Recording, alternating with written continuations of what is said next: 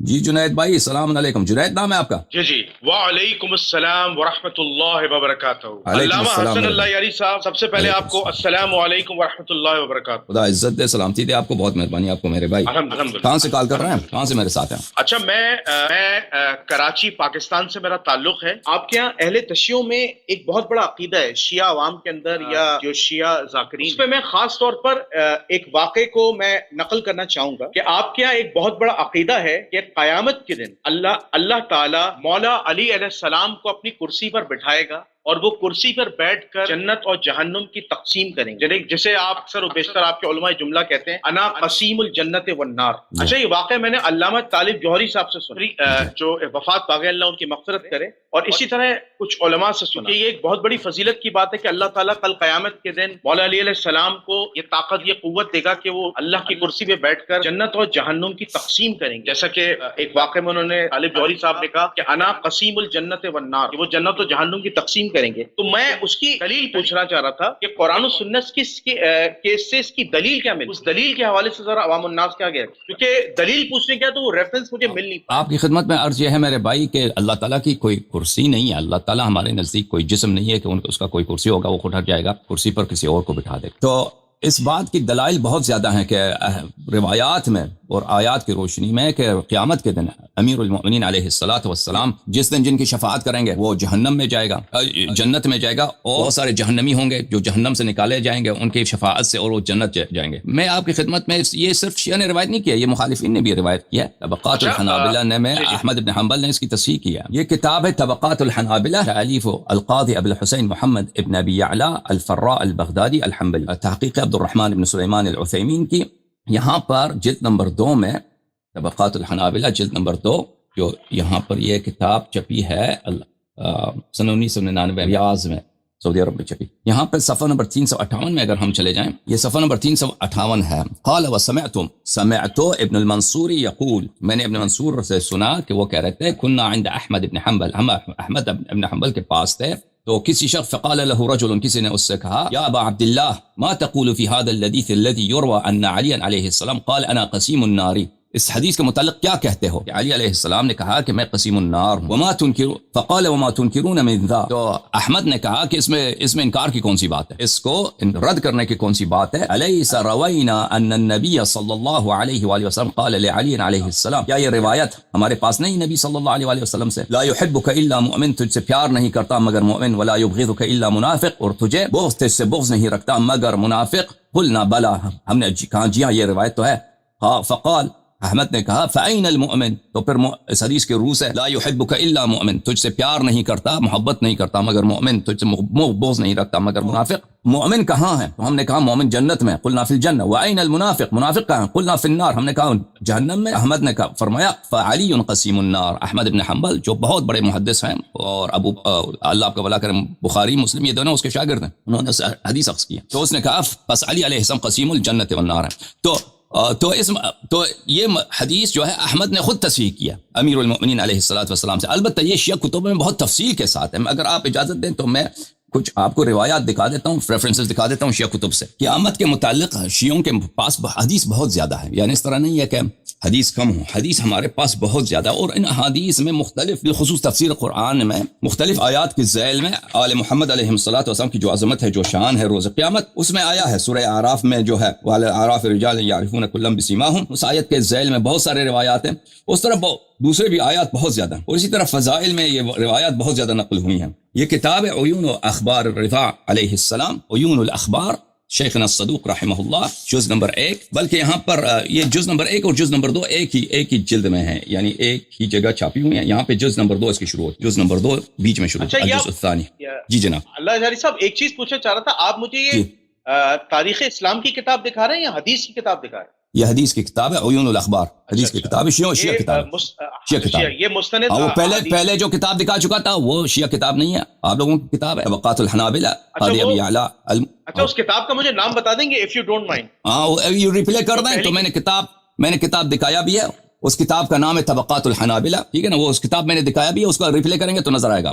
کچھ سیکنڈ پیچھے چلے جائیں گے تو آپ کو نظر آئے گا اسی آپ کی گفتگو کے شروع میں. یہ روایت دیکھیے، سند اس حدیث کی پہلے سے آ جاتا ہے. سند یہ ہے کیونکہ حدیث نمبر 4 میں جو سند ہے اسی سند کے ساتھ، وہ بہذا الاسناد قال رسول اللہ صلی اللہ علیہ وآلہ وسلم، امام علی ابن موسیٰ الرضا علیہ السلام جس کے بارگاہ میں آپ گئے اور آپ نے کہا آپ کو بڑا روحانی فیض آیا۔ اہل بیت طاہرین علیہ السلام کے معجزات میں سے ایک معجزہ یہ ہے عزیزو، جو ہر شخص دیکھ سکتا ہے اپنی زندگی میں، وہ ان کی بارگاہ میں حاضر دینے سے۔ آپ جو روحانیت خانہ کعبہ جاتے ہیں، وہ ہر مسلمان جاتا ہے وہاں پہ، اس کو جو روحانیت کا احساس ہوتا ہے وہ الفاظ میں نہیں بیان کیا جا سکتا۔ جو لوگ جاتے ہیں وہاں پہ ان کو پتہ ہوتا ہے کہ وہاں پہ آپ طواف کرتے ہیں، مقام اسماعیل علیہ السلام میں وہاں پہ نماز پڑھتے ہیں یا صفا و مروہ کے درمیان سعی کرتے ہیں، تو اس میں بہت فیض ہوتا ہے، ٹھیک ہے نا۔ اسی طرح رسول کریم صلی اللہ علیہ وسلم کے بارگاہ میں جب جاتے ہیں تو مدینہ منورہ میں جو بقیع میں جو روحانیت ہے، جو معنویت ہے، اس کو تو بیان کرنے سے انسان قاصر رہ جاتا ہے، انسان کو اتنا وہاں پہ دل کرتا ہے کہ ہمیشہ انسان وہیں پہ رہے۔ تو اسی طرح جب آپ ائمہ ابرار علیہ الصلوۃ کے مزارات میں جو جاتے ہیں، نجف اشرف میں جائیں تو اتنی روحانی فیوزات ہوتے ہیں وہاں پہ، اور وہاں پہ انسان کو اتنا روحانی لحاظ سے اتنا لطف آتا ہے، اتنا مزہ آتا ہے کہ وہ انسان بیان کرنے سے وہ کسی بھی دنیاوی لذات سے اس کا قیاس نہیں کیا جا سکتا۔ اسی طرح سامرہ میں، اسی طرح کاظمین میں، اسی طرح کربلا معلیٰ میں، یا آپ گئے ہیں امام رضا علیہ السلام کے بارگاہ میں یا قبہ مقدسہ میں، یہ ان کے معجزات میں سے ایک معجزہ ہے، ہر شخص دیکھ سکتا ہے اس کو، اور اس کے متعلق کتنی کہانیاں ہیں غیر مسلمز کی، مسلمانوں کو تو چھوڑیں۔ اچھا، یہاں پر جو حدیث نمبر 9 ہے، امام رضا علیہ السلام نے اسی سند کے ساتھ جو حدیث نمبر 4 میں قال رسول اللہ صلی اللہ علیہ وآلہ وسلم، اپنے آباء طاہرین رسول اللہ صلی اللہ علیہ وسلم سے روایت کی، یا علی انک قسیم الجنۃ والنار، یا علی آپ قسیم ہیں جنت النار کی، وَإِنَّكَ لَتَقْرَعُ بَابَ الْجَنَّةِ وَتُدْخِلُهَا بِلَا حِسَاب، اور آپ روز قیامت جنت کے دروازے کو کھٹکھٹائیں گے، وَتُدْخِلُهَا بِلَا حِسَاب، اور اس میں داخل کریں گے جس کو چاہیں بلا حساب، حساب کے بغیر، جتنے لوگوں کو چاہیں حساب کتاب کے بغیر داخل کریں۔ اچھا، اس کے علاوہ اللہ آپ کا بھلا کرے، اسی کتاب میں اور یہ احادیث زیادہ تفصیل کے ساتھ کہ وہاں پہ روز قیامت کیا ہوگا وہ اس میں بھی آئی ہیں، یعنی کئی صفحات پہ احادیث ہیں کہ روز قیامت کیا ہوگا، 6 صفحے، 5 صفحے، 8 صفحے، طویل احادیث بھی ہیں۔ یہاں پہ حدیث نمبر 30 صفحہ نمبر 92 میں یہی بات ہے۔ عن عبداللہ ابن عباس انه قال، عبداللہ ابن عباس سے روایت ہے کہ اس نے کہا، سمعت رسول اللہ صلی اللہ علیہ وآلہ وسلم یقول حب علی ایمان وبغضه کفر۔ ایک شخص نے روایت کی ہے کہ حب علی ایمان وبغضه کفر۔ امام رضا علیہ السلام نے کہا، فقسمۃ الجنۃ والنار اذا كانت على حبه وبغضه فهو القسيم الجنۃ والنار۔ امام رضا علیہ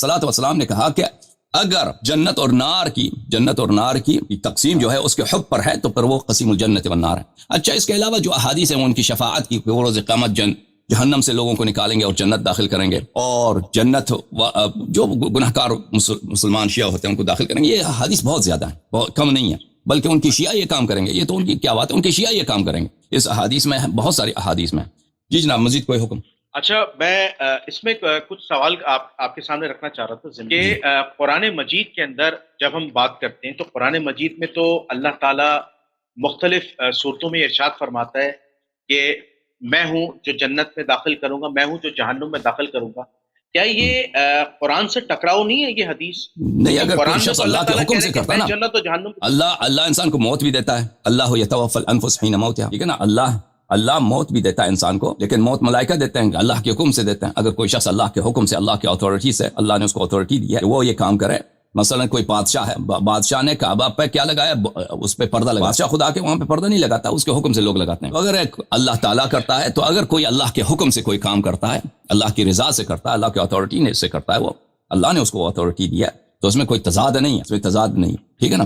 روایات قرآن کی آیت ہے کہ اللہ جو ہے آپ کے مرتے وقت اللہ آپ کا نفس قبض کر دے گا، اللہ آپ کو منتقل کر دے گا اس دنیا سے دوسری دنیا۔ پھر قرآن میں آیت ہے کہ ملائکہ یہ کام کریں گے، تو اس میں کیا تضاد ہے؟ کوئی تضاد نہیں ہے۔ جیسے اس بات میں تضاد نہیں ہے کہ ہم کہتے ہیں بادشاہ نے یہ قلعہ بادشاہ نے بنایا، اکبر نے بنایا، مثلا یہ محل اکبر نے بنایا، اکبر نے خود تو نہیں بنایا، اکبر نے تو کبھی اس نے پتھر نہیں اٹھایا ہوگا، وہ کام نہیں کیا ہوگا کنسٹرکشن میں، اکبر نے پیسے دیے، اکبر نے خرچہ دیا، اکبر نے حکم دیا، ڈیزائن دیا، اکبر کا نے آئیڈیا دیا، بس لوگوں نے بنایا، تو کہتے ہیں اکبر نے بنایا۔ جی جناب، مزید حکم۔ اچھا، مجھے اس میں ایک چیز اور جاننی تھی کہ جنت و جہنم کی تقسیم کا جو فیصلہ ہے اللہ تعالیٰ نے اپنے محبوب صلی اللہ علیہ وسلم کے ہاتھ میں کیوں نہیں دیا؟ وہ نبی کریم صلی اللہ علیہ وسلم بھی صاحب محشر ہے، اس طرح نہیں ہے کہ صرف اتھارٹی امیر المومنین علیہ السلام کو، رسول اللہ صلی اللہ علیہ وسلم کو بھی اتھارٹی ہے جس کی وہ شفاعت کریں قیامت کے روز، ان کے فضل ظاہر کرنے کے لیے وہ خلائق کا وہ شفاعت کریں گے۔ امیر المومنین علیہ السلام بھی ان کے وصی ہیں،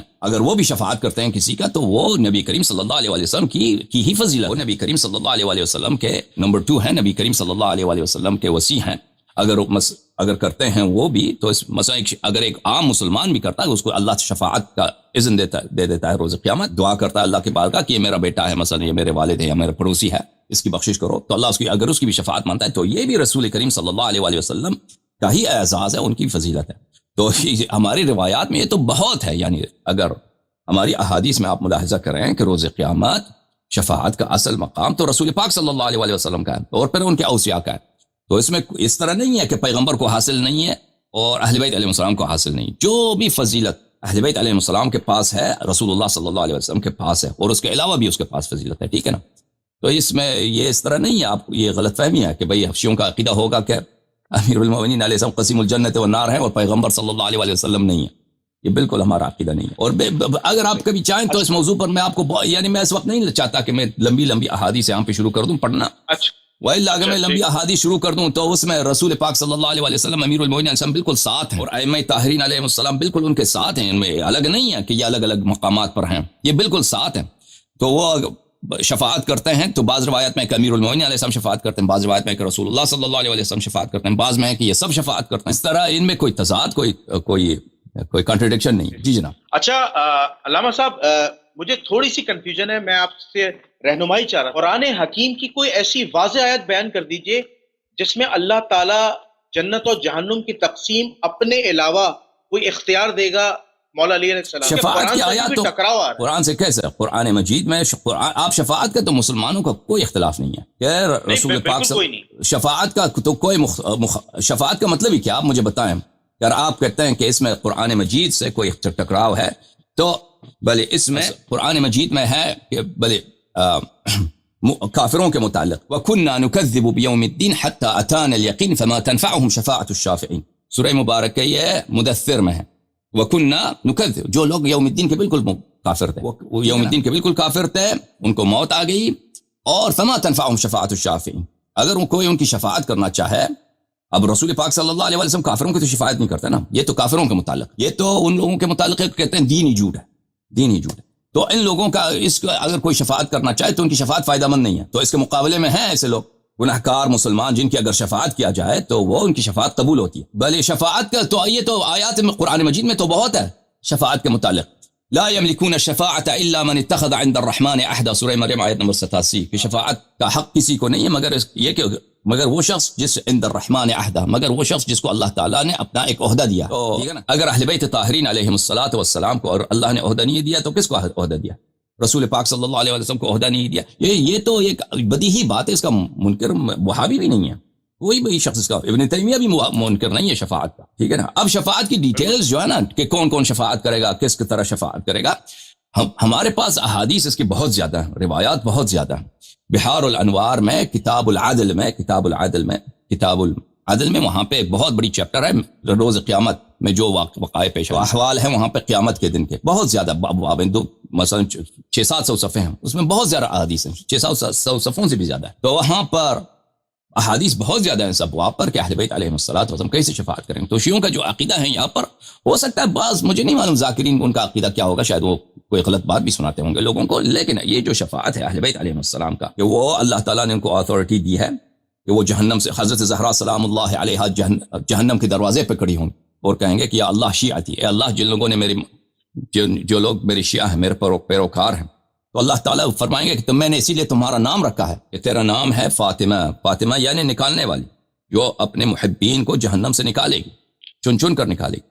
تو وہ اللہ تعالیٰ ان کو اجازت دیں گے تو وہ اپنے محبین کو اور اپنے اولاد کے محبین کو جہنم سے نکالیں گے۔ اس کی احادیث بہت زیادہ ہیں اور یہ قرآن مجید سے کوئی تضاد نہیں رکھتا۔ قرآن مجید میں کوئی ایسی آیت نہیں ہے کہ اللہ کسی کو شفاعت کا حق نہیں دے، جی جناب، بلکہ اس میں قرآن مجید میں یہی ہے کہ ان کو شفاعت کا حق دے دیتا ہے۔ جی جناب۔